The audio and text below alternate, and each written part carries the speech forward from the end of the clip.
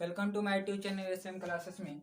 तो आज साथियों हम सीखेंगे पार्ट्स ऑफ सब्जेक्ट। तो कल हम पार्ट्स ऑफ सेंटेंस सीख रहे थे, मतलब पार्ट ऑफ सेंटेंस इस लेसन का नाम है और हम इसी इस लेसन में कई देखिए छोटे छोटे।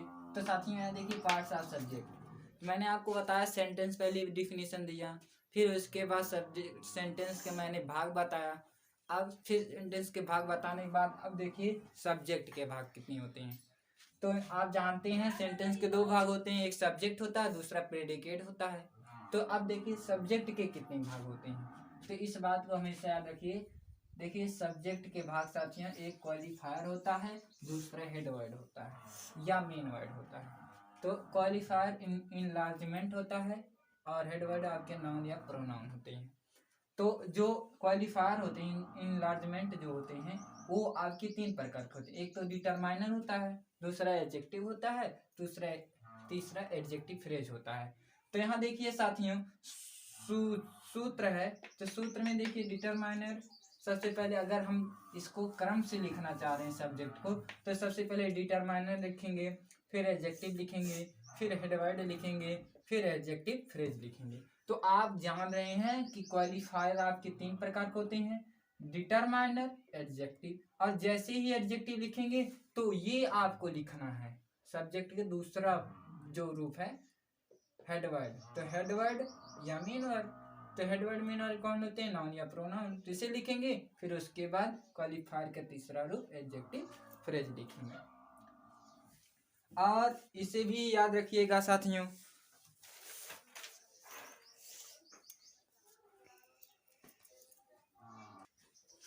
तो साथियों इस बात को भी याद रखना, सब्जेक्ट के अंतर्गत एक शब्द भी हो सकते हैं तथा एक से अधिक शब्द भी हो सकते हैं। तो कहने का अभिप्राय ये है कि जो आपके सब्जेक्ट होते हैं, सब्जेक्ट के अंतर्गत एक शब्द भी होते हैं और एक शब्द से अधिक शब्द भी होते हैं। तो कहा गया ऐसे शब्दों को एक शब्द से अधिक होने पर सब्जेक्ट का वर्गीकरण हम इस प्रकार करते हैं, अर्थात ऐसे इस फार्मूला के अनुसार करते हैं। तो इस बात को हमेशा याद रखिएगा, साथियों समझ में आएगा, धीरे धीरे आएगा। और आप जानिए सब्जेक्ट के कितने भाग होते हैं, एक क्वालिफायर होता है, दूसरा हेडवर्ड होते हैं। क्वालिफायर कितनी प्रकार के होते हैं, डिटरमाइनर, एडजेक्टिव, एडजेक्टिव फ्रेज। मतलब क्वालिफायर आपके जो होते हैं वो तीन प्रकार के होते हैं, डिटरमाइनर, दूसरा एडजेक्टिव, तीसरा एडजेक्टिव फ्रेज। और जो हेड वर्ड होते हैं सब्जेक्ट के, ये आपके नाउन या प्रोनाउन होते हैं। जो क्वालिफायर होते हैं ये इनलार्जमेंट होते हैं। तो साथियों इसका स्क्रीनशॉट ले लीजिए।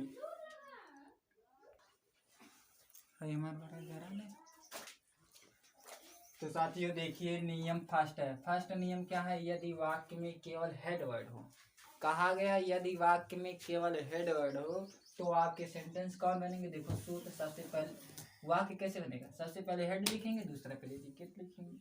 तो कहा गया यहाँ देखिए मैंने आपको बताया कि सेंटेंस के दो रूप होते हैं, एक तो सब्जेक्ट होता है, दूसरा प्रेडिकेट होता है। दो भाग होते हैं, यही होते हैं सब्जेक्ट और प्रेडिकेट।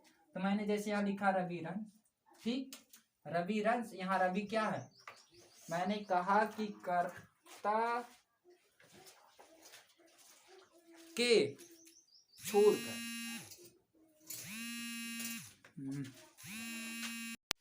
तो देखिए पहला नियम क्या है, यदि वाक्य में केवल हेडवर्ड हो तो आप जानते हैं सूत्र क्या बनेगा, सेंटेंस हेडवर्ड प्लस प्रेडिकेट। तो आपको मैंने बताया सेंटेंस आपके दो भाग होते हैं, एक सब्जेक्ट दूसरा प्रेडिकेट। मैंने कहा कि जिसके बारे में कुछ कहा जाता है वो कर्ता होते हैं। तो यहाँ देखिए रवि क्या कह रहा है, रवि दौड़ता है, गीता गाती है, मैं जाता हूँ।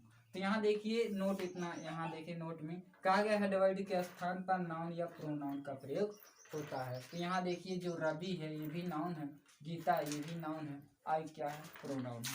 तो यही कहा गया कि यहाँ हेड वर्ड के स्थान पर नाउन या प्रोनाउन का प्रयोग होता है।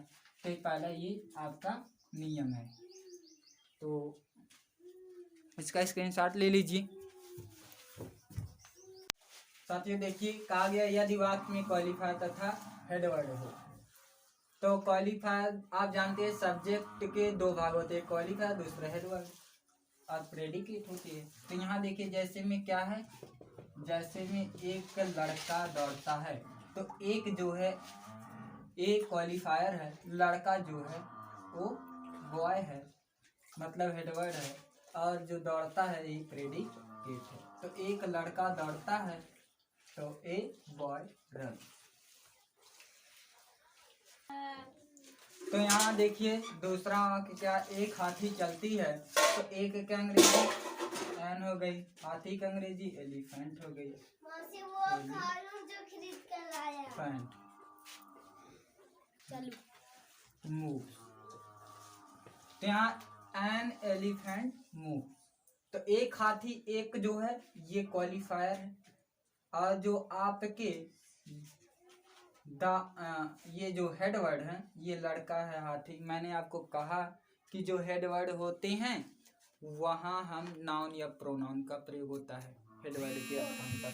तो यहाँ देखिए हेड वर्ड क्या है, हेड वर्ड के अंतर्गत नाउन प्रोनाउन आते हैं। तो यहाँ लड़का है नाउन है, हाथी है ये भी नाउन है।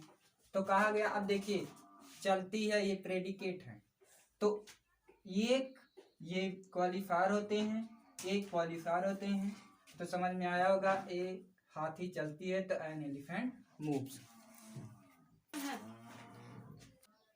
तो यहाँ देखिए कुछ लड़के खाते हैं, तो कुछ के अंग्रेजी सम, लड़के का अंग्रेजी बॉयज, खाते का अंग्रेजी ईट, तो सम बॉयज ईट। तो ये जो ए है, एन है, सम है, और ये भी जानते रहिए द है, ये आपके क्वालिफायर होते हैं। तो और ये जो मैंने कहा हेड वर्ड होते हैं, हेड वर्ड आपके नाउन या प्रोनाउन होते हैं, के जगह नाउन या प्रोनाउन का प्रयोग होता है। यहाँ जो आपके सभी हेड वर्ड हैं, और ये अगर कहीं भी दिखे a boy, an apple, some boys, ऐसे दिखे, मतलब जहाँ शुरू में ए रहे, एन रहे, सम रहे, ये आपके क्वालिफायर होंगे, और उसके बाद जो वर्ड रहेंगे वही आपके हेड वर्ड रहेंगे। तो जैसे यहाँ ए बॉय है तो एक लड़का, ये बॉय, ए जो है हेड क्वालिफायर है, बॉय है हेड वर्ड है। कालोगन बात कर, मतलब ए एंड सम और ये द होते हैं क्वालिफायर होते हैं, और उसके बाद जो रहेंगे वो आपके हेड वर्ड होते हैं। तो यहाँ देखिए, और जो जैसे दौड़ता है, चलती हैं, खाते हैं, यही आपके प्रेडिकेट हैं। तो ये आपकी समझ में आया होगा, इसका स्क्रीनशॉट ले लीजिए।